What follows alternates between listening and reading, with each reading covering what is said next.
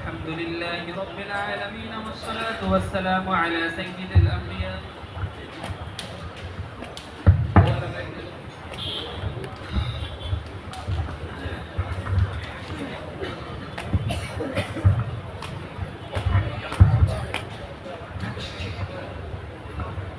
بسم الله الرحمن الرحيم. الحمد لله رب العالمين والصلاة والسلام على سيد الأنبياء والمرسلين وعلى آله وصحبه أجمعين. أما بعد، فإن أصدق الحديث كتاب الله، وأحسن الهدي هدي سيدنا ومولانا محمد صلى الله عليه وسلم، وخير الأمور عوازمها، وشر الأمور محدثاتها، وكل محدثة بدعة، وكل بدعة ضلالة، وكل ضلالة في النار. وبالسند المتصل منا إلى الشيخ الإمام الهمام الحافظ الهجة أمير المؤمنين في الحديث أبي عبد الله محمد بن إسماعيل بن إبراهيم بن مغيرة الجعفي اليماني البخاري رحمهم الله تعالى. اللهم انفعنا وارفعنا بعلومه وعلومكم أجمعين، آمين يا رب العالمين. أنه قال: باب قراءة الفاجر والمنافق وأصواتهم وتلاوتهم لا يجاوز حناجرهم. وبه قال حدثنا هدبة بن خالد قال حدثنا همام قال حدثنا قتادة قال حدثنا أنس بن مالك عن أبي موسى رضي الله تعالى عنهم عن النبي صلى الله عليه وسلم قال: مثل المؤمن الذي يقرأ القرآن كالأترجة طعمها طيب وريحها طيب، والذي لا يقرأ القرآن كالتمرة طعمها طيب ولا ريح لها. ومثل الفاجر الذي يقرأ القرآن كمثل الريحانة ريحها طيب وطعمها مر. ومثل الفاجر الذي لا يقرأ القرآن كمثل الحنظلة طعمها مر ولا ريح لها. بسم الله الرحمن الرحيم. وبه قال حدثنا علي قال حدثنا هشام قال أخبرنا معمر عن الزهري قال وحدثني أحمد بن صالح قال حدثنا عنبسة قال حدثنا يونس عن ابن شهاب قال أخبرني يحيى بن عروة بن الزبير أنه سمع عروة بن الزبير قالت عائشة رضي الله تعالى عنها وعنهم: سأل أناس النبي صلى الله عليه وسلم عن الكهان فقال: إنهم ليسوا بشيء. فقالوا: يا رسول الله، فإنهم يحدثون بالشيء يكون حقا. فقال النبي صلى الله عليه وسلم: تلك الكلمة من الحق يخطفها الجني فيقرقرها بأذن وليه كقرقرة الدجاجة فيخلطون فيه أكثر من 100 كذبة. بسم الله الرحمن الرحيم. وبه قال حدثنا أبو النعمان قال حدثنا مهدي بن ميمون قال سمعت محمد بن سيرين يحدث عن معبد بن سيرين عن أبي سعيد الخدري رضي الله عنه وعنهم عن النبي صلى الله عليه وسلم قال: يخرج ناس من قبل المشرق ويقرؤون القرآن لا يجاوز تراقيهم، يمرقون من الدين كما يمرق السهم من الرمية، ثم لا يعودون فيه حتى يعود السهم إلى فوقه إلى ما سيماهم. قال: سيماهم التحليق أو قال التسبيد. بسم الله الرحمن الرحيم. باب قول الله: ونزع الموازين القسط ليوم القيامة وأن أعمال بني آدم وقولهم يوزن. وقال مجاهد: القسطاس العدل بالرومية، ويقال القسط مصدر المقسط وهو العادل، وأما القاسط فهو الجائر. وبه قال حدثنا أحمد بن أشعب قال حدثنا محمد بن فزيل عن عمرة بن القعقاع عن أبي زرعة عن أبي هريرة رضي الله تعالى عنهم قال: قال النبي صلى الله عليه وسلم: كلمتان حبيبتان إلى الرحمن خفيفتان على اللسان ثقيلتان في الميزان، سبحان الله وبحمده سبحان الله العظيم.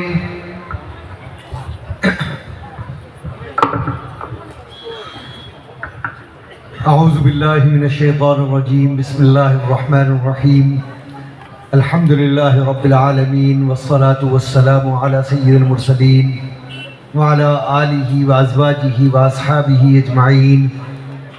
أما بعد فقد قال الله تعالى في كتاب الحكيم وكذلك أوحينا إليك روحا من أمرنا ما كنت تدري ما الكتاب والإيمان ولكن جعلناه نورا نهدي به من نشاء من عبادنا إنك لتهدي إلى صراط مستقيم رب اشرح لي صدري ويسر لي أمري واحلل عقدة من لساني يفقهوا قولي صدق الله العظيم. حضرات اساتذہ کرام اور طلباء عزیز اور معزز حاضرین،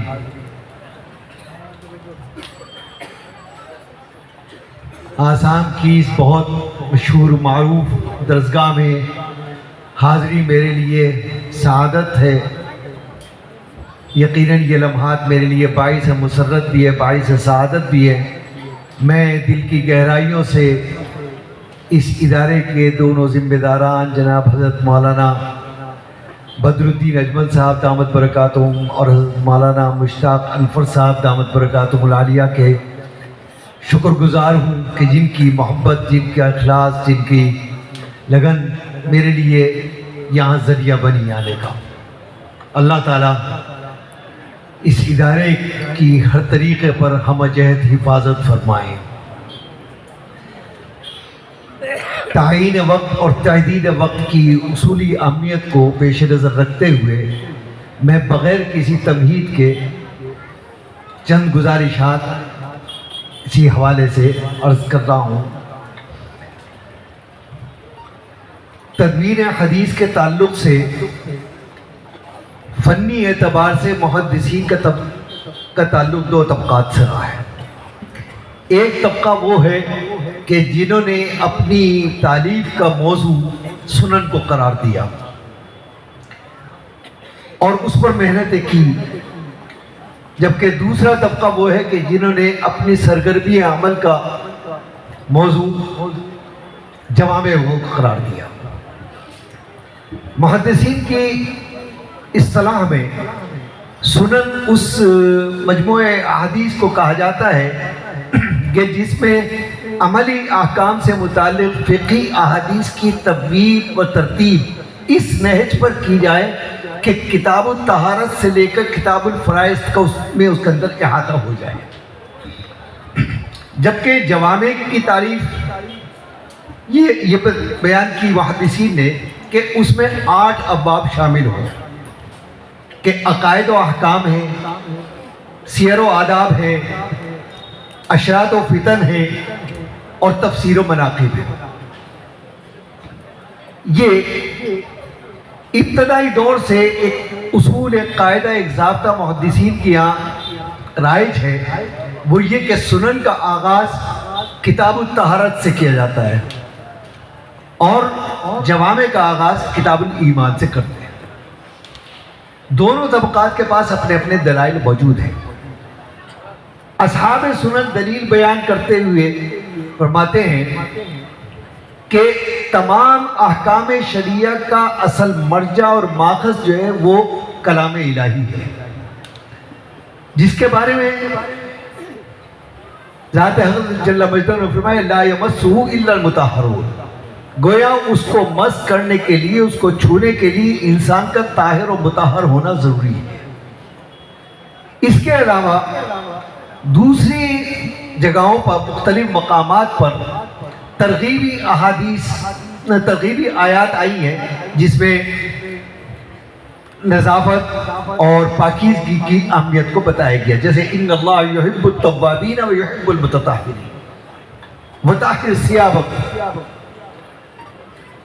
یا ایسے ہی جناب محمد رسول اللہ صلی اللہ علیہ وسلم نے صحابہ اکرام کی تربیت کی تو خاص طور پر نظافت اور پاکیزگی پر آپ نے خاص طور پر بیان فرمایا اور مختلف مواقع پر، جیسے النظافت من الایمان، الطہور شطر الایمان اور اس طرح کی. وہ کہتے ہیں اس سے ثابت ہوا کہ طہارت جو ہے وہ ایمان پر مقدم ہے. اصحاب جوامع اپنی دلیل بیان کرتے ہیں کہ وہ کہتے ہیں ان الذین آمنوا وعملوا الصالحات، کہ جہاں جہاں بھی قرآن کریم میں ایمان اور عمل کا مجموعی اعتبار سے ذکر آیا وہاں یہی ترتیب ہے کہ ایمان مقدم ہے اور عمل جو ہے وہ مؤخر ہے، کیونکہ ایمان عمل جو ہے وہ کتنا بھی بڑا ہو، کتنا بھی عرفہ ہو، کتنا بھی اعلیٰ ہو، لیکن اگر اس کا مدار ایمان پر نہیں ہے تو بارگاہ رب میں اس کی کوئی وقت نہیں۔ گویا ایمان جو ہے وہ عمل کے لیے موقوف علیہ و مدار علیہ ہے۔ یہ ترتیب رکھی۔ حضرت امام بخاری رحمہ اللہ کو ذات حق جل مجدہ نے ذہانت، ذکاوت، لیاقت، اہلیت، قابلیت اور بصیرت کے وہ اعلیٰ اوصاف عطا فرمائے کہ ان کے امتیازات اور ان کے اختصاصات جو ہیں وہ اس نے ان کو اس مرتبہ رفعت پر پہنچایا جہاں محدثین کی جماعت میں کوئی نہیں پہنچ سکا، اور بارگاہ رب سے ان کی تعلیم الجامع الصحیح البخاری پر قبولیت کی وہ موڑ لگی کہ اصح الکتب بعد کتاب اللہ قیامت تک کے لیے وہ مخصوص ہو گیا یہ لقب بخاری شریف کے لیے۔ یہ ہے ان کے مقام، یہ ہے ان کی عظمت اور یہ ان کے تفردات۔ انہوں نے اپنی جامع کا آغاز عام دستور کے مطابق کتاب ایمان سے نہیں کیا بلکہ بدء الوحی سے کیا، اور اس کی دلیل انہوں نے دی وہ سورہ شورى کی آیت نمبر 53 سے وہ دلیل لے کے آئے وَكَذَلِكَ أَوْحَيْنَا إِلَيْكَ رُوحًا مِّنْ أَمْرِنَا۔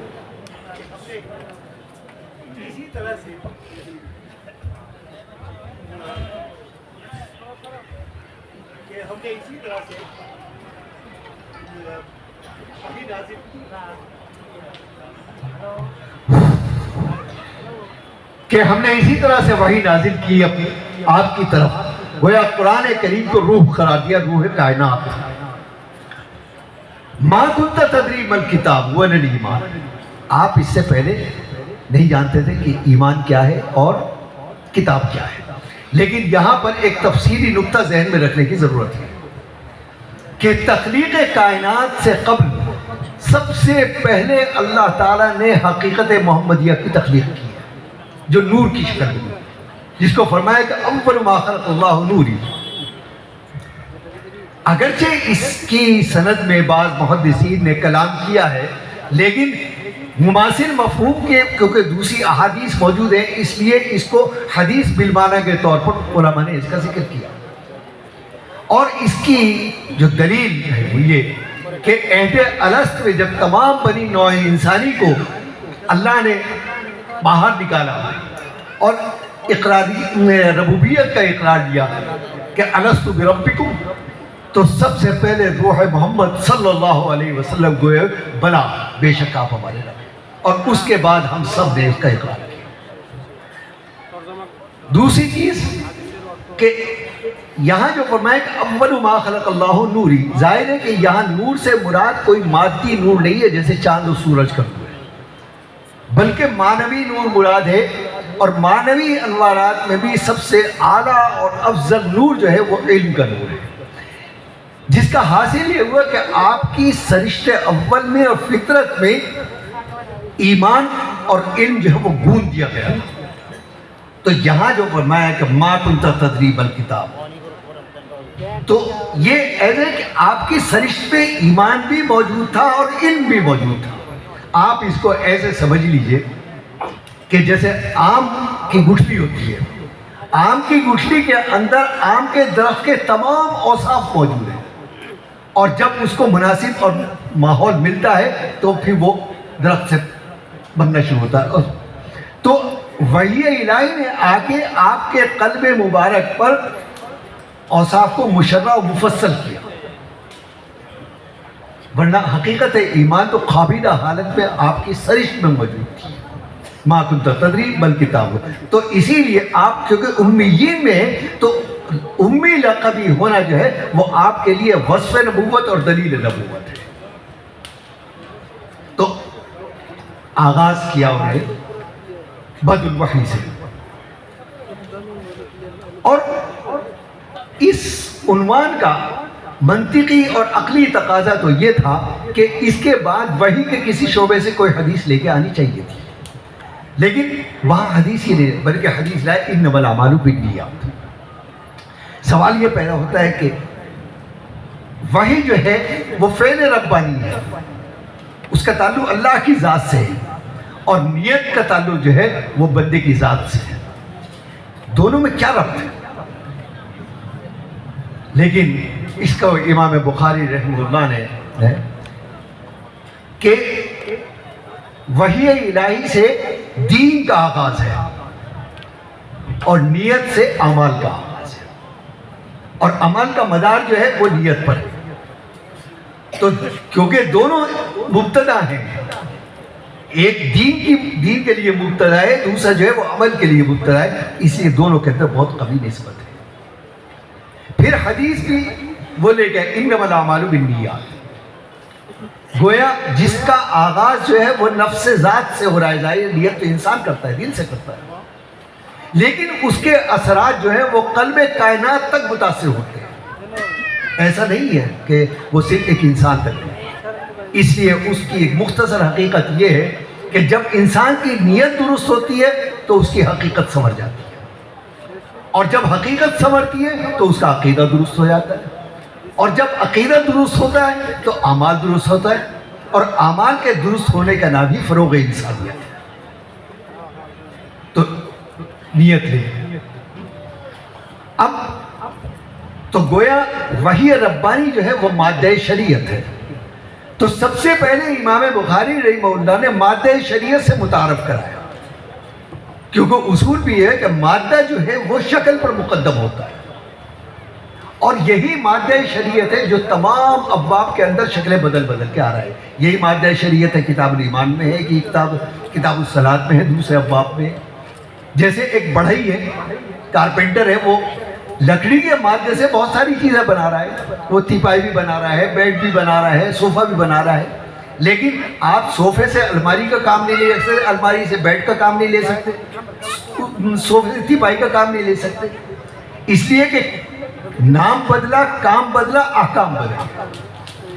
اسی طرح سے یہ مادہ شریعت ہے کہ جب ایمان کے اندر آیا تو اس کے احکام مختلف ہو گئے، جب کتاب الصلاۃ کے اندر آیا تو اس کے احکام مختلف ہو گئے۔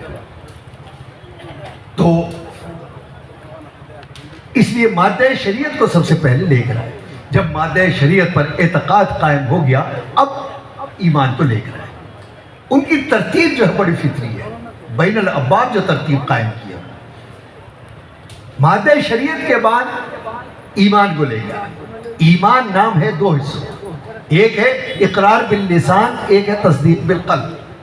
اقرار باللسان ایک حقیقت کا مان لینا، اور اس حقیقت کو مان لینے کے بعد اس کا اعتراف کر لینا، اور تصدیق بالقلب ہے کہ اس پر عمل کرنا۔ جیسا کہ ایک بادیہ نشین عربوں کی ایک جماعت جب رسالت مآب جناب محمد رسول اللہ صلی اللہ علیہ وسلم کی خدمت میں حاضر ہوئی اور ایمان قبول، اسلام قبول کیا، اور اس کے بعد انہوں نے کہا کہ ہم ایمان لے آئے، تو آیت نازل قالت الاعراب آمنا قل لم تؤمنوا ولکن قولوا اسلمنا۔ یہ عرب کے بدو کہہ رہے ہیں کہ ہم ایمان لے آئے، ان سے کہیے کہ آپ ایمان نہیں لائے بلکہ اسلام لے کر آئے، کیونکہ ایمان کا تعلق جو ہے وہ قلب سے ہے، اس کی معتبریت جو ہے ایمان کی وہ اس وقت تک نہیں جب تک کہ اس کے اثرات انسان کے ظاہر پر نہ ہو، کیونکہ ایمان پوشیدہ چیز ہے اور اسلام جو ہے وہ ظاہر ہے، ظاہر ایمان قلب کا تعلق ہے۔ تو اگر قلب کے اثرات جو ہیں انسان کے ظاہر پر نمایاں نہ ہوں تو ایمان کا پتہ کیسے چلے؟ تو لہذا مادہ شریعت کے بعد سب سے پہلے پھر لے کر آئے ایمان۔ اب ظاہر ہے کہ ایمان قبول کرنے کے بعد ہم پر کچھ ذمہ داریاں آئیں گی۔ کسی بھی ذمہ داری کو سمجھنے کے لیے علم کی ضرورت ہے، لہذا اب علم کو لے کر آئے، کتاب العلم اور اس کے متعلقات۔ فرمایا کہ 3 تعلقات ہیں، اگر انسان نے ان 3 تعلقات کو سمجھ لیا اور سمجھ کے اس کو اپنی زندگی کے اندر داخل کر لیا، اس نے اپنے ایمان کو مکمل کر لیا۔ ایک ہے تعلق مع اللہ، دوسرا ہے تعلق مال خلق، تیسرا ہے تعلق مال نفس۔ تعلق ماننا کہ میرے اور میرے اللہ کے درمیان تعلق کیا ہے، کیونکہ تعلق قائم ہونے کے لیے نسبت کا قائم ہونا ضروری ہے، درمیان میں نسبت ہونی چاہیے، تبھی تعلق قائم ہوگا۔ لیکن سوال یہ ہے کہ نسبت کی یہاں تو کوئی بنیاد ہی نہیں ملتی۔ وہ عرش ہے میں فرش ہوں، وہ خالق ہے میں مخلوق ہوں، وہ معبود ہے میں عبد ہوں، وہ آقا ہے میں غلام ہوں، وہ قائم بالذات ہے میں ہر لمحہ مائل و فنا ہوں، میرا ہر سانس فنا کی طرف جا رہا ہے، وہ دائم ہے میں ہر لمحہ تغیر پذیر ہوں، میری ہر لمحہ تغیر ہو رہا ہے میری، تو نسبت قائم ہو تو کیسے ہو؟ تو اسی مادہ شریعت نے وہ نسبت میں وَاعْتَصِمُوا بِحَبْلِ اللَّهِ جَمِيعًا کہ اس رسی کو تھام لو تمہاری نسبت قائم ہو جائے گی۔ اس لیے کہ اللہ تعالیٰ کی جس طرح سے ذات دائم ہے اسی طرح سے اس کی صفات بھی دائم ہے، صرف صفت کلام ہے جس کے ذریعے سے ہمارا رب قائم ہو سکتا ہے، ہماری نسبت قائم ہو سکتی ہے، اور وہ صفت کلام ہے، کلام الہی۔ وَاعْتَصِمُوا بِحَبْلِ اللَّهِ جَمِيعًا، تو گویا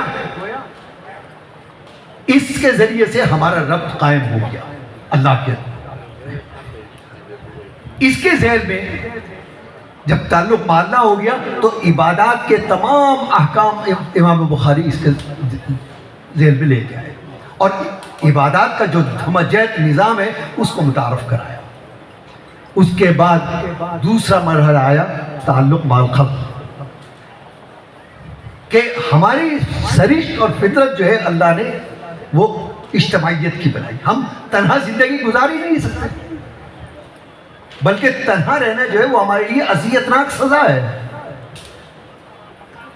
تو اجتماعیت کی بنیاد پڑتی ہے دو لوگوں سے، ایک مرد ایک عورت سے، وہاں سے پھر نسل چلتی ہے، رشتے قائم ہوتے ہیں، خاندان بنتے ہیں، خاندان سے برادریاں بنتی ہیں، برادریوں سے قوم بنتی ہے، قوم سے قبائل بنتے ہیں، اور قبائل سے پھر سلطنتیں وجود میں آتی ہیں، ممالک وجود میں آتے ہیں۔ لیکن بنیاد کیا ہے؟ بنیاد وہی ہے، یا ایھا الناس انا خلقناکم من ذکر و انثی وجعلناکم شعوبا وقبائل لتعارفوا ان اکرمکم۔ تو ظاہر ہے، اور اس اجتماعیت کا تقاضا یہ ہے کہ جب اجتماعیت ہوگی تو ہمارے درمیان معاملات بھی ہوں گے، معاملات کے بغیر تو نہیں رہ سکتے۔ تو اب امام بخاری نکاح ہے، طلاق ہے، ہبہ ہے، وراثت ہے، تجارت ہے، ریاست ہے، حکومت ہے، وہ تمام چیزوں کو لے آئے، تو عبادات کو لے آئے اور اس کے بعد معاملات کو لے آئے۔ تیسرا تعلق ہے تعلق با نفس، کہ میرا اپنے آپ سے کیا تعلق ہے، اللہ نے یہ جو مجھے وطن عطا کیا ہے اس کا کچھ حق ہے، تو میرے بدن کا بھی میرے پر حق ہے، میرے والدین کا بھی، ہمارے والدین کا بھی ہم پر حق ہے، ہمارے اہل و عیال کا بھی حق ہے، رشتہ داروں کا بھی حق ہے، بستی والوں کا بھی حق ہے۔ پھر آگے چلے جائیے تو اہل وطن کا بھی حق ہے، پھر بڑھتے چلے جائیے تو یہ بین الاقوامی حقوق تک دراز ہوتا چلے جائے۔ یہ شروع کہاں سے ہوا؟ یہ نفس ذات سے ہوا، اور پھیل کر پوری دنیا کو اس نے قبول کیا۔ تو اب اس کے درمیان میں حقوق لے گئے، لیکن بات ابھی بھی ختم نہیں۔ یہ تینوں تعلقات ہو گئے، لیکن مسئلہ ابھی یہ ہے کہ بہت ساری مزاحم طاقتیں ہیں، دشمن عناصر ہیں جو ہمارے قدموں کو روک رہے ہیں۔ ہم آگے بڑھیں تو کیسے بڑھیں؟ وہ بھی ہمارے نفس کے اندر شروع، کیونکہ اللہ تعالیٰ نے ہمارے نفس کے اندر دو طاقتیں رکھی ہیں، ایک منفی طاقت رکھی ہے، ایک مثبت طاقت رکھی ہے۔ منفی طاقت ہے نفس اور مثبت طاقت ہے ضمیر۔ اور نفس کا معاملہ یہ کہ وما ابرئ نفسی ان النفس لامارۃ بالسوء، وہ تو برائی کی طرف لے کے جائے گا، لیکن اس کو دبا لینا اور اس کو کمزور کر لینا یہ ہے مجاہدہ، یہ ہے جدوجہد، اور ضمیر کو بیدار رکھنا۔ پھر اب جب یہ باطن سے خارج میں آئی تو پھر یہ پھیلتی چلی گئی، تو گویا نفس ذات سے شروع ہوئی اور میدان کارزار تک یہ۔ تو اب امام بخاری مغازی کو لے کر آئے کہ جدوجہد کیسے کی جائے، نفس سے لے کے میدان کارزار تک جدوجہد کا پورا ایک سلسلہ بیان کیا۔ لیکن جدوجہد کرنے کے لیے ہمارے سامنے کسی نظیر کا ہونا ضروری ہے کہ ہم کیسے ہیں. تو اس کے بعد سیرت مطہرہ کے باپ لے کر آیا کہ یہ منزل ہے, یہ راستہ ہے, اور یہ منزل ہے, یہ طریقہ کار ہے. جناب محمد رسول اللہ صلی اللہ علیہ وسلم کا اسوہ مبارک اور ان کے فضائل اور شمائل اور صحابہ کرام کے فضائل اور مناقب وہ تمام افواہ دے گئے. لیکن بات ابھی بھی پوری نہیں ہو رہی, کیونکہ انسان کی فطرت کو اللہ تعالیٰ نے حریص بنایا ہے. جب تک اس کے سامنے اپنی محنت کا کوئی نتیجہ سامنے نہ ہو تو اس کے اندر تحریک عمل پیدا ہی نہیں ہو سکتی. یہ فطرت ہے. ایک مزدور دن بھر کام کرتا ہے, اس کے اندر تحریک عمل جو ہے وہ اس لیے ہے کہ اسے پتہ ہے کہ شام کو مجھے حق المحنت ملنا ہے, جس پر اس کی معیشت کا مدار ہے. اور اگر آپ نے اس کو یہ کہہ دیا کہ تو نے اگر محنت کی تو تجھے اس سے زیادہ ملے گا, تو اس کی تحریک اور بڑھ جائے گی. یہ کیا, یہ حرص ہی تو ہے. تو گویا یہ جو ہم نے ساری جدوجہد کی کہ مادہ شریعت سے چلے, ایمان پہ آئے, ایمان سے علم پہ آئے, علم سے حقوق اللہ, حقوق العباد, اور یہ تمام چیزیں مغازی سے گزرتے ہوئے یہاں تک آئے. لیکن سوال یہ پیدا ہوتا ہے کہ اس کا صلہ کیا ہے. اب صلے کے دو طریقے ہیں. ایک تو وہ ہے جو ہم خود متعین کریں. ظاہر ہے کہ ہم محدود, ہماری عقل محدود, ہمارا فہم محدود, ہماری زندگی محدود, ہمارا وقت محدود. تو ہم اگر صلہ متعین کریں گے اپنی عقل سے, تو عقل تو اسی دائرے کے اندر بتائے گی کہ دنیا کے اندر کیا ہوا. سوال یہ ہے کہ محنت تو ہم نے کی ساری زندگی, اور وہ صلہ جو ملا وہ ادھورا ملا کہ زندگی ختم, صلہ ختم. آگے پھر ہم خالی ہاتھ کھڑے ہوئے. تو صلہ اس شخصیت, اس ذات, اس ہستی کے حوالے کیا کہ جو قائم بذات ہے, وہ اپنی شان کے مطابق وہ صلہ دے گی, اس میں ابدیت ہو. تو چنانچہ اس کا نتیجہ بیان کیا کہ نتیجہ کیا ہے کہ اب یہ آخری حدیث لے کر آئے. کلمتان حبیبتان للرحمن خفیفتان علی اللسان ثقیلتان فی المیزان سبحان اللہ و بحمدہ سبحان اللہ العظیم. یہ پوری مطلب اس کا خلاصہ لا کے یہاں ختم. یہ کلمے کیوں محبوب ہے اللہ کو, تو اس کو ہم 4 حصوں میں تقسیم کر رہے ہیں. سب سے پہلے یہ کہ خفیفتان علی اللسان, کہ زبان پر اتنے ہلکے, اتنے آسان کہ ایک مرتبہ اگر کسی نے دھیان سے سن لیا تو اسے یاد ہو جائے گی. دوسری سب سے بڑی چیز ہے کہ عربی زبان کے اندر ہے, بلسان عربی مبین, انا انزلناہ قرآنا عربی.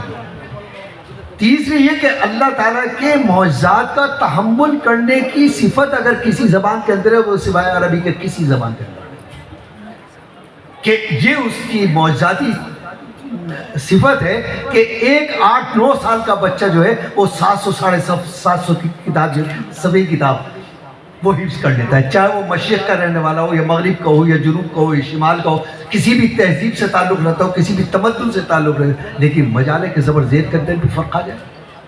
تو اللہ تعالیٰ کے معجزے کی ایک صفت اگر تو اس کا تحمل کر سکتی ہے. تو پھر دوسرے کہ بہت وسیع المفہوم ہے, کہ اتنا وسیع المفہوم کہ دنیا کی کوئی زبان نہیں.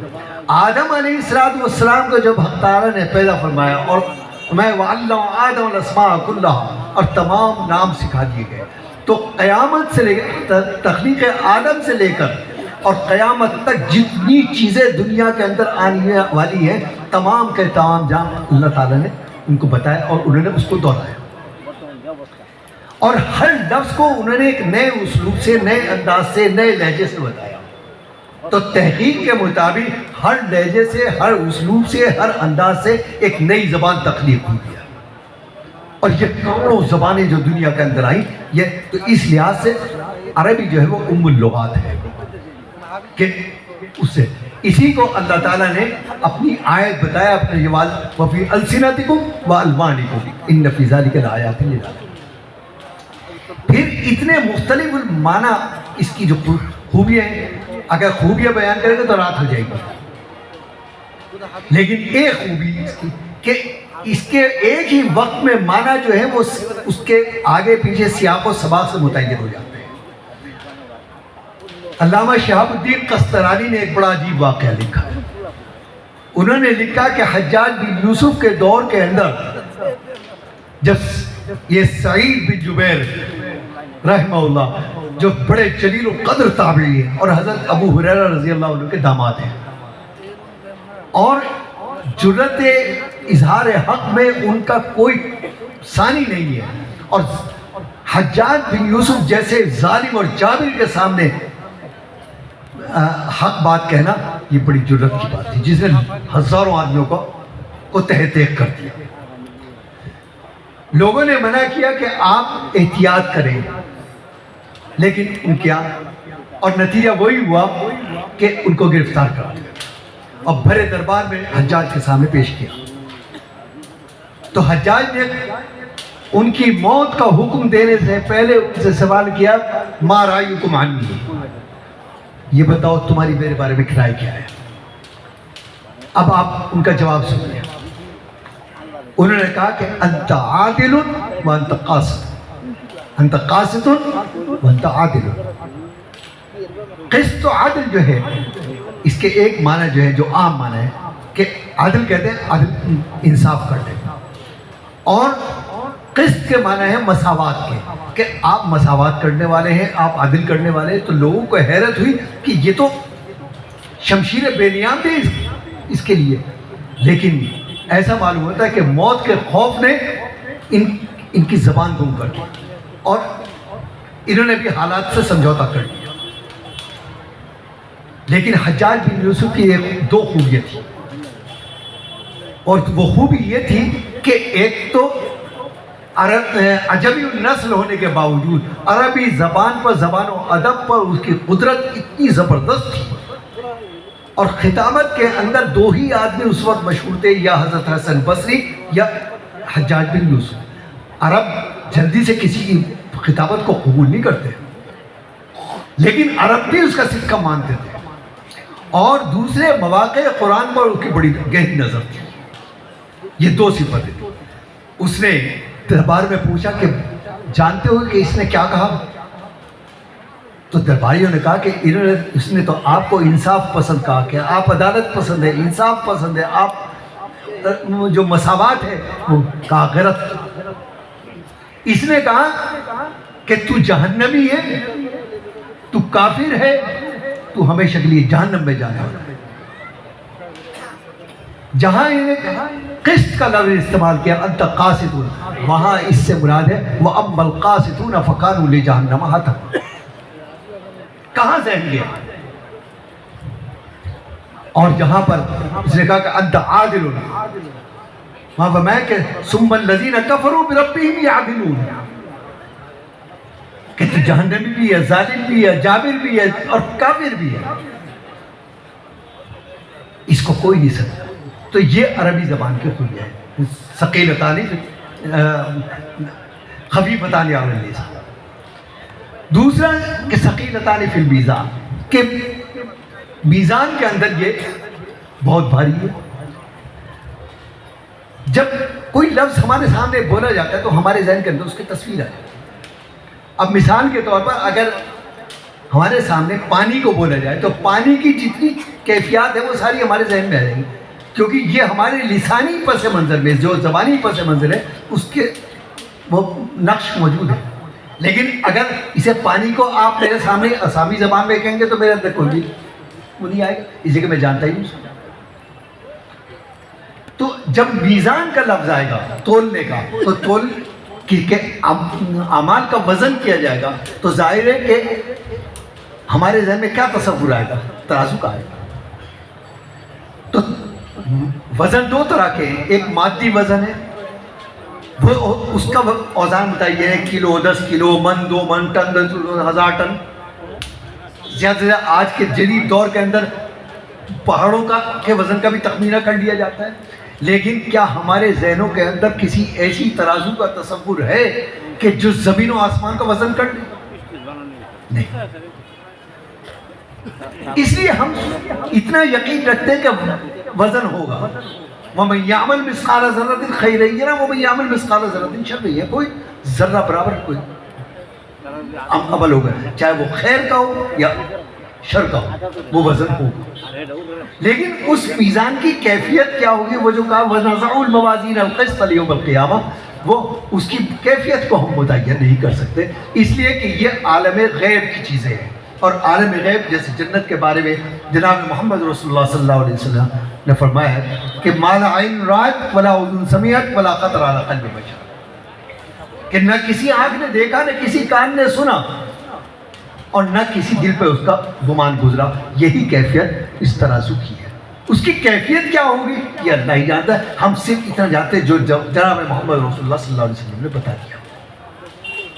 تو یہ ہو گیا. اب تیسرا جز ہے کلمتان حبیبتان الی الرحمن, کہ اللہ تعالیٰ کو یہ 4 جملے پسند ہیں. سوال یہ کہ کیوں پسند ہے؟ سارے انعام اللہ کے ہیں. اس میں الوہیت کے 4 مقامات ہیں جو اللہ نے اس میں پسندید کیے ہیں. اس میں الوہیت کے 4 مقامات. پہلا لفظ ہے سبحان اللہ, گویا اللہ کی تنزیہ اور پاکی بیان ہے کہ وہ ہستی, وہ تمام چیزوں سے برتر اور اعلیٰ اور افضل ہے. تو ہر چیز سے, ہر عیب سے, ہر غفلت سے, ہر کوتاہی سے, ہر تقصیر سے, ہر چیز سے بالاتر ہے, ہر چیز سے پاک ہے. تو اس پر یقین رکھنا. تو قرآن کریم نے اس کو متعدد جگہ تنزیہ بیان کیا ذات جل مجدہ. فرمایا کہ لا تأخذہ سنۃ ولا نوم, نہ اللہ کو اونگ آتی ہے نہ نیند آتی ہے. کہ اس لیے کہ اونگ کا آنا یا نیند کا آنا جو ہے وہ کمزوری کی علامت ہے, اور اللہ تعالیٰ جو تمام طاقتوں کا سرچشمہ ہے, وہاں نیند کا کیا سوال ہے, وہاں اونگ کا کیا سوال. دوسرا فرمایا لا یضل ربی ولا ینسیٰ, نہ وہ بہکتا نہ وہ بھولتا ہے, کیونکہ بھول جانا یا بہک جانا جو ہے وہ خود اپنے آپ میں کمزوری کی دلیل ہے. وہ تو ہر عیب سے پاک ہے. یہ سارے بشری عیوب ہیں, ہمارے لیے ہیں وہ, لیکن اللہ کی ذات اس سے بلند ہے. یہ فرمایا کہ سبحان اللہ حین تمسون و حین تصبحون, اللہ کی ذات تو دائم ہے. یہ جو صبح شام کا تغیر ہے, صبح ہو رہی, شام ہو رہی, رات ہو رہی, دن ہو رہا, یہ دراصل فنا کی طرف آدمی بڑھ رہا ہے. ظاہر ہے جو تغیر, جس کے اندر تغیر ہوگا وہ فنا کی طرف جائے گا. ہمارے اندر ہر لمحہ تغیر ہے, اور ہمارا ہر سانس جو ہے ہم اپنے انجام کی طرف آگے بڑھ رہے ہیں. کسی کو معلوم نہیں کہ وہ انجام کب آئے گا, لیکن انجام وہ یہ فنا ہے, لوٹ جانا ہے اس کے. تو جگہ جگہ سبح اسم ربک الاعلیٰ یسبح للہ ما فی السماوات والارض, تنزیہ بیان. دوسرے اس کے معنی بعد وبحمدہ, کہ حمد بیان کرنا, کہ تمام تعریف, تمام توصیف, تمام تعریفیں صرف اللہ کے لیے. ظاہر ہے کہ تعریف کمالات پہ کی جاتی ہے یا اختیار پہ کی جاتی ہے, اختیارات پہ کی جاتی ہے, اور تمام اختیارات وہ اللہ کے لیے مخصوص ہیں. تمام تعریفوں کا حقدار وہی ہے. کہ اور اس کا اعلیٰ مرتبہ یہ ہے کہ وہ ہے کن فیکون, کہ اس نے کن کہا اور پوری کائنات کا وجود آ گیا. ظاہر ہے یہ اختیار ہے, یہ طاقت ہے اللہ کی, اور اسی کن فیکون کے اندر کائنات کی تمام حقیقتیں جو ہے وہ آ جاتی ہیں. تو دوسرا نے توحید بیان کیا. تو پہلی تھی تنزیہ, دوسری تھی توحید, تیسری ہے صفت کبریائی, وَلَهُ الْكِبْرِيَاءُ فِي السَّمَاوَاتِ وَالْأَرْضِ. ظاہر ہے کہ جو باعظمت ہے, جس کے ہاتھ میں اختیارات ہیں, جس کے کمالات ہیں, جس کائنات کے اندر جتنے بھی کمالات ہمیں نظر آ رہے ہیں وہ سب ذات حق جل مجدہ کی کمالات کا عکس اور نقش ہے. تو ظاہر ہے کہ جس کے لیے کبریائی ہوگی, جس کے لیے عظمتیں ہوں گی, تو کبریائی کا حق کس کو ہے؟ اسی ذات کو. اور اس کا آخری جو مرتبہ بیان کیا, هو الاول والآخر والظاہر والباطن, اول کا بھی وہی مالک ہے، آخر کا بھی وہی مالک ہے، ظاہر بھی اسی کے لیے اور باطن بھی اسی کے لیے۔ یہ سمجھیے کہ عظمت کا وہ اعلیٰ ترین مقام ہے۔ امام رازی رحمہ اللہ نے، امام فخر الدین رازی نے لکھا ہے کہ یہ مقام قرآن کریم کا سب سے خطرناک مقام ہے۔ یہاں بڑے بڑے علماء قدم رکھنے کی جرات نہیں کرتے۔ وہاں فرمایا کہ اس مقام پر کوئی آدمی قدم رکھے کہ جس کے علم کے اندر سمندروں جیسی گہرائی ہو اور اس کے اندر پہاڑوں جیسی استقامت ہو، وہ ہمت کر سکتا ہے کہ اس وادی کے اندر قدم رکھے، کہ اس لیے کہ اس وادی میں قدم رکھنے کا مطلب یہ ہے کہ تلوار کی دھار پر قدم رکھا ہوا ہے۔ تو جناب محمد رسول اللہ صلی اللہ علیہ وسلم نے اس خطرناک ترین مرحلے کو امت کے لیے آسان بنایا کہ ایک دعا کی، جس کے آخری الفاظ ہیں کہ اللہم انت الاول فلیس قبلک شیء، اللہم انت الآخر فلیس بعدک شیء، اللہم انت الظاہر فلیس فوقک شیء، اللہم انت الآخر فلیس دونک شیء۔ اے اللہ آپ ہی اول ہیں، آپ سے پہلے کوئی نہیں۔ اے اللہ آپ ہی آخر ہیں، آپ کے بعد کوئی نہیں۔ اے اللہ آپ ہی ظاہر ہیں، آپ کے اوپر کوئی نہیں۔ اے اللہ آپ ہی باطن ہیں، آپ کے علاوہ کوئی نہیں۔ لیکن انسان کی عقل جو ہے نا، وہ تحقیق اور جستجو کی تلاش میں رہتی ہے۔ اسے کوئی ایسی دلیل چاہیے کہ اس کا، کیونکہ وہ نچلی بیٹھتی نہیں۔ ہمارے دارالعلوم دیوبند کے اکابر میں بڑے جلیل القدر عالم گزرے ہیں، حضرت مولانا احسن گیلانی، بڑے متباہر عالم ہیں۔ انہوں نے ایک بڑی خوبصورت، بڑی دلاویز تشریح کی جو انسانی عقل کے قریب۔ انہوں نے فرمایا کہ آپ نے تاج محل دیکھا، اندر سے، باہر سے، دائیں سے، بائیں سے، اوپر سے، نیچے سے، آپ نے بہت غور سے دیکھا، اور رات کو آ کے جب آپ تمام چیزوں سے مخلع بالتباہ ہو کے آپ بستر پر دراز ہوئے تو آپ نے آنکھ بند کر کے تصور کیا، تو جیسے ہی آپ نے تصور کیا وہ آپ کی تصوراتی سطح پر مکمل تاج محل بن کے تیار کیا۔ یہ جو تصوراتی سطح پر تاج محل بن کے تیار ہوا ہے، اس میں اول بھی آپ ہیں، آخر بھی آپ ہیں، ظاہر میں بھی آپ ہیں، باطن میں بھی آپ ہی آپ ہیں، کوئی اور نہیں۔ لیکن اس تاج محل کی حقیقت اتنی ہے کہ جب تک آپ کا ذہن اس طرف متوجہ ہے تو وہ تاج محل باقی ہے، لیکن ایک سیکنڈ کے لیے آپ کی توجہ ادھر سے ہٹی، یہ تاج محل جو ہے ٹوٹ پھوٹ کے برابر ہو جائے گا، نیست و نابود ہو جائے گا۔ یہی صورت ذات حق جل مجدہ کی ہے کہ یہ کائنات جو ہے یہ اللہ کی توجہ سے قائم ہے۔ اگر ایک سیکنڈ کے کروڑویں حصے کے بقدر بھی اللہ کی توجہ اس کائنات سے ہٹ جائے تو ساری کائنات جو ہے وہ تتر بتر ہو کے دھواں بن کے ہو جائے گی۔ یہ اللہ کی توجہ سے قائم ہے، یہ ہے عظمت کا وہ مقام۔ تو تنزیہ بھی اسی کی، تحمید بھی اسی کی، کبریائی بھی اسی کی، تمجید بھی اسی کی، تحلیل بھی اسی کی۔ جب ان تمام مراحل سے گزرے تو اب نمبر آئے گا توحید کا۔ توحید ایسے نہیں کہ آپ ایک دم پہنچ جائیں، جب تک ان 6 مراحل سے نہیں گزریں گے تو آپ توحید کی حقیقت تک پہنچ ہی نہیں سکتے۔ تو گویا توحید کی حقیقت تک پہنچنے کے لیے ان 6 مراحل سے گزرنا جو ہے وہ ضروری ہے۔ بہت سے مذاہب ہیں کہ جو توحید کے دعوے دار ہیں، نصارہ کہتے ہیں ہم بھی موحد ہیں، اگرچہ ان کا فلسفہ وہ 3 میں 1 اور 2 1 میں 3 والا ہے، لیکن وہ توحید کے قائل نہیں ہے۔ تو بہرحال یہ کلمتان حبیبتان الی اللہ۔ اب آخر میں ایک بات سند کے حوالے سے کہ یہ اسماء الرجال جس کو فن روات بھی کہا جاتا ہے، یہ دنیا کا عجیب غریب منفرد فن ہے کہ پوری بنی نوع انسانی کے اندر کوئی اس کی نظیر، کوئی اس کی مثال پیش کرنے سے قاصر ہے پوری تاریخ۔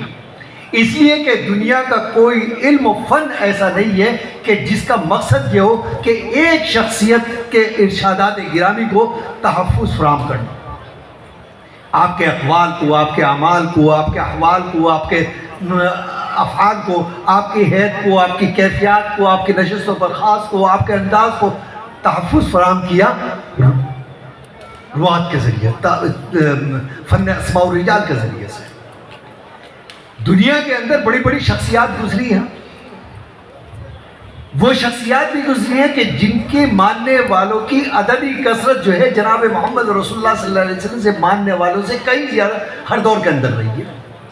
مثلا حضرت موسیٰ علیہ السلام کے ماننے والوں کی تعداد ہر دور کے اندر جناب محمد رسول اللہ صلی اللہ علیہ وسلم کے ماننے والوں سے زیادہ رہی ہے. وجہ اس کی یہ ہے کہ اس کو مسلمان بھی مانتے ہیں، ان کو یہودی بھی مانتے ہیں، ان کو عیسائی بھی مانتے ہیں. حضرت ابراہیم علیہ السلام کو مسلمان بھی مانتے ہیں، یہودی مانتے ہیں، عیسائی بھی مانتے ہیں. لیکن ہم جو مانتے ہیں تمام رسولوں کو، لا نفرق بین احد من الرسل، ہم تو فرق نہیں کرتے، ہم اب تو اعتقاداً مانتے ہیں.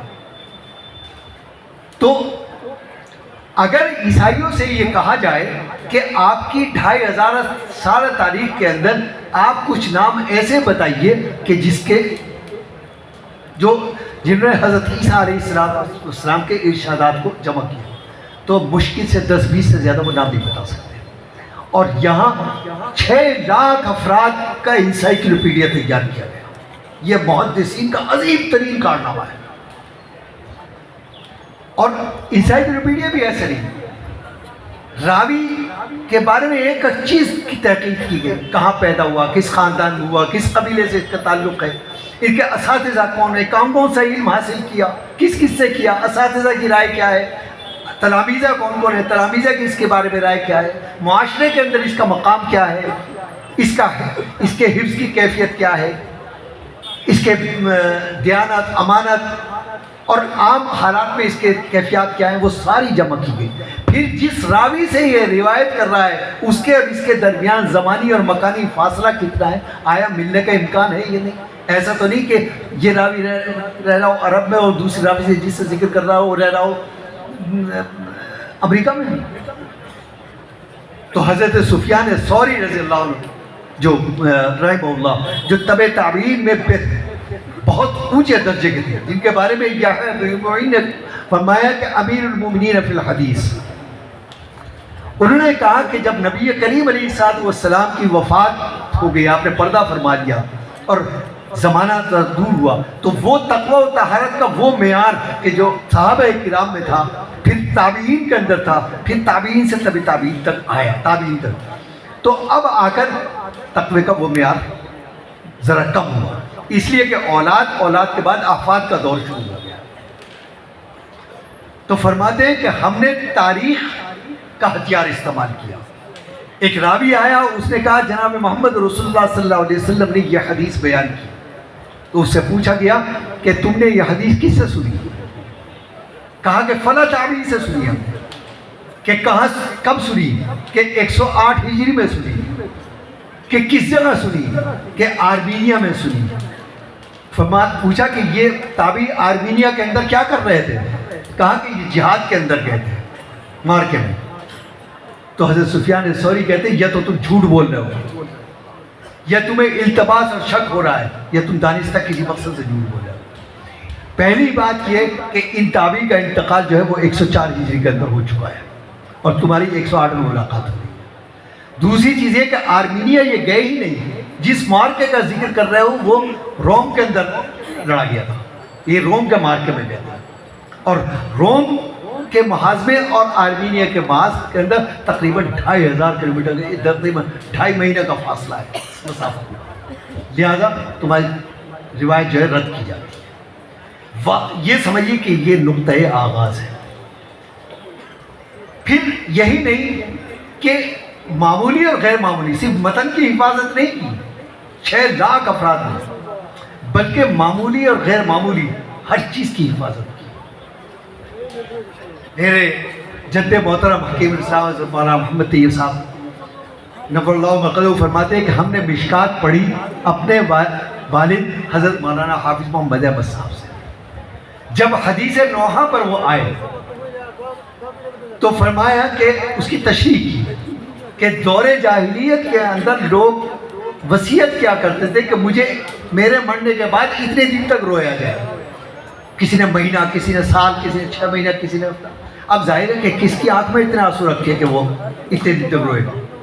اس کے لیے کیا کرتے تھے کہ معاشرے کے اندر کچھ عورتیں تھیں. ظاہر ہے عورتوں کو رونے میں ملکہ حاصل ہوتا ہے. ادھر ارادہ کیا ادھر پٹ پٹ آنسو گرنے چھوڑے. تو ان کا کام ہی یہ تھا. تو مرنے والے کی وصیت کے مطابق کسی نے 5 کسی نے 10 ان کو بلا لیا، اور طریقہ یہ ہوتا تھا کہ وہ آ کے رہتی تھی اسی گھر کے اندر مرنے والے کے یہاں، اور وہ کھا رہی، پی رہی، رہ رہی، سہ رہی، ہنس رہی، بول رہی. اور جہاں انہوں نے دیکھا کہ کوئی تعزیت کرنے آ گیا یا مہمان آ گئے تو وہ ساری سر جوڑ کے بیٹھ گئی، اور اس کے بعد اس نے مرنے والے کے فضائل بیان کرنے شروع کر دیا. وہ تو پہاڑ تھا، وہ تو دریا تھا، وہ تو شیر تھا، وہ تو سمندر تھا، جو کچھ ان کے سمجھ میں آیا وہ فضائل ہے. اور راں کر کے رونا شروع کر. حضرت حکیم علیہ السلام فرماتے ہیں کہ ہمیں یہ خیال پیدا ہوا کہ جب یہ پوری کیفیت بیان کر دی تو اسے یہ رونے کی آواز نکالنے کی کیا ضرورت تھی. تو حضرت مولانا رشید احمد گنگوئی نے فرمایا کہ میں سمجھ رہا ہوں تم کیا سمجھ رہے ہو. یہی سوال ہمارے ذہن میں آئے تو ہم نے حضرت شاہ عبد الغنی مجددی رحمہ اللہ سے پوچھا تو انہوں نے کہا کہ یہی سوال ہمارے ذہن میں آیا تھا کہ راں کی ضرورت کیا تھی. تو حضرت شاہ اسحاق صاحب نے اسی طرح سے آواز نکال کے بتائی. حضرت شاہ اسحاق صاحب نے بتایا کہ یہی آواز ہمیں شاہ عبدالعزیز صاحب نے بتائی. حضرت شاہ عبدالعزیز نے کہا کہ حضرت شاہ ولی اللہ نے ہمیں اسی طرح سے بتایا، اور حضرت شاہ ولی اللہ نے فرمایا کہ حضرت شیخ طاہر المدنی. اور پھر اس کے بعد یہ راں کے سند جو ہے یہ متصل ہو گئی جناب محمد رسول اللہ صلی اللہ علیہ وسلم کہ جب آپ نے صحابہ کرام کے سامنے اس واقعے کو بیان کیا تو اسی طرح سے آواز نکال دی. تو معمولی یا غیر معمولی ہر چیز کی سند جو ہے وہ متصل ہو گئی جناب محمد رسول اللہ صلی اللہ علیہ وسلم. آپ کا علم جو معتبر ہے وہ اسی سند کی وجہ سے. مجھے 8 طریقوں پر سند حاصل ہے. سند انشاءاللہ مولانا اسماعیل آپ کو بھیج دیں گے. میں 2-3 آپ کو بتا دوں. میں نے بخاری شریف حضرت مولانا بدر الدین اجمل صاحب دامت برکاتہم، میرے لیے شرف کی بات ہے کہ مجھے ہمدرسی کی سعادت حاصل ہے حضرت کے ساتھ. ایک ہی وقت میں ہم فارغ ہوئے، ایک ہی وقت میں. حضرت مولانا شریف الحسن صاحب دیوبندی، وہ شاگرد ہیں حضرت شیخ الاسلام مولانا حسین احمد مدنی رحمہ اللہ. حضرت شیخ الاسلام رحمہ اللہ نے زانو تلمس طے کیا حضرت مولانا محمود حسن صاحب دیوبندی شیخ الہند کے ساتھ. وہ شاگرد ہیں بانی دارالعلوم دیوبند حجت الاسلام حضرت مولانا محمد قاسم نانوتوی کے. وہ شاگرد ہیں حضرت شاہ عبد الغنی مجددی رحمہ اللہ کے، جن کا خاندان آج بھی مدینہ منورہ کے اندر موجود ہے. ابھی گزشتہ سال میری ان لوگوں سے ملاقات ہوئی اور اس وقت بھی تقریباً 65 محدثین اس خاندان کے اندر موجود ہیں. تو ابھی مدینہ منورہ میں میری ان سے ملاقات ہوئی. اور حضرت شاہ عبد الغنی نے زانو تلمس طے کیا حضرت شاہ محمد اسحاق صاحب سے. حضرت شاہ اسحاق صاحب شاگرد ہیں حضرت شاہ عبدالعزیز صاحب کے، اور حضرت شاہ عبدالعزیز صاحب شاگرد ہیں حضرت شاہ ولی اللہ کے. اور اس کے بعد یہ سلسلہ آگے چلا گیا. دوسری سند حضرت والد صاحب سے، اور ان کو اپنے والد حضرت حکیم الاسلام خطیب صاحب سے، اور حضرت مولانا خلیل احمد صاحب محدث سہارنپوری سے، اور پھر حضرت مولانا رشید احمد گنگوئی سے ہوتا ہوا یہ سلسلہ پھر اوپر چلا گیا. پھر ایک سند مولانا حضرت شیخ عبداللہ ناقوی، یہ جدہ کے ایک محدث سے. ہماری ملاقات ان سے تقریباً سمجھیے کہ سن 2007 میں والد محترم نور اللہ مرقدہ کے ساتھ جانا ہوا تو معلوم ہوا کہ ایک محدث ہیں جن کی عمر اس وقت 113 برس کی ہے. جب ہم نے ان سے ملاقات کی تو ان کے خاندان کے اندر تقریباً 80 محدثین اور محدثات موجود تھے. حضرت والد صاحب گئے، انہوں نے روایت کی استقبال کیا جو عربوں کا ایک طریقہ ہے، اور اس کے بعد یہ کہا کہ آپ پہلے اپنی سند بیان کیجئے. حضرت نے اپنی سند بیان کی تو کھڑے ہوئے، کھڑے ہونے کے بعد پیشانی کو بوسہ دیا اور یہ کہا کہ آپ کی سند بہت عالی ہے مجھ سے، پہلے آپ مجھے اجازت دیجیے. تو اس وقت ہم نے بھی اجازت دی. ایک تیسری سند اور مجھے ملی لیسٹر میں انگلینڈ جانا ہوا حضرت والد صاحب کے ساتھ. لیسٹر میں معلوم ہوا کہ گجرات میں لاجپور سے تعلق رکھنے والے ایک مولانا محمد امین صاحب لاجپوری ہے، اور جن کی عمر اس وقت جب ہماری ملاقات ہوئی لگ بھگ 80 سے کچھ زائدہ تھی. تو ان کے بارے میں معلوم ہوا کہ صرف ایک واسطے سے ان کو سند حاصل ہے، حضرت مولانا محمد قاسم نانوتوی نفر اللہ وبرکاتہ. حیرت بھی ہوئی کہ ایسے کون صاحب ہے کہ اس زمانے کے اندر ان ایک واسطے سے ہو. تو انہوں نے فرمایا کہ جب میں نے دارالعلوم دیوبند میں داخلہ لیا تو میری عمر 17-18 برس کی تھی، اور جب میں نے دورہ کیا تو میری عمر 20 سال تھی. اور اس وقت مولانا عبد الرحمن امروہہ کے تھے جو دارالعلوم دیوبند کے اندر مدرس ہوئے، اور تقریباً 2 سال وہ مدرس ہے.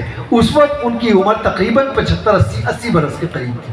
تو یہ جو فاصلہ ہے 80 اور 20 کے بیچ کا، یہ کور ہو گیا، اور ان کو سند حاصل تھی حضرت مولانا قاسم نانوتوی. تو ہمیں ایک واسطے سے 2 واسطوں سے وہ سند بھی حاصل ہے. بہرحال جتنے حضرات یہاں پر موجود ہیں، تمام دور حدیث کے آپ تمام طلبہ یا دوسرے حضرات جنہوں نے تکمیل کی، میں اپنی ان تمام 8 سنوں سے آپ کو اجازت دیتا ہوں روایت کرنے کی. اللہ تعالیٰ آپ کے علم میں، آپ کے عمل میں خوب برکتیں عطا فرمائے، اور اس درسگاہ کو دن دنی رات چوگنی ترقی عطا فرمائے، اور ان دونوں حضرات کے متبرک سائے میں یہ ادارہ دن دنی رات چوگنی ترقی عطا کرے، اور اس کا فیض جو ہے تا قیامت اسی طرح سے جاری رہے، اور ان کی دونوں حضرات کی نسلوں میں اللہ تعالیٰ اس فیض کو، اس کارنامے کو جاری رکھے. انہی چند طالب علمانہ باتوں پر اپنی بات ختم کرتا ہوں. وآخر دعوانا ان الحمدللہ رب العالمین.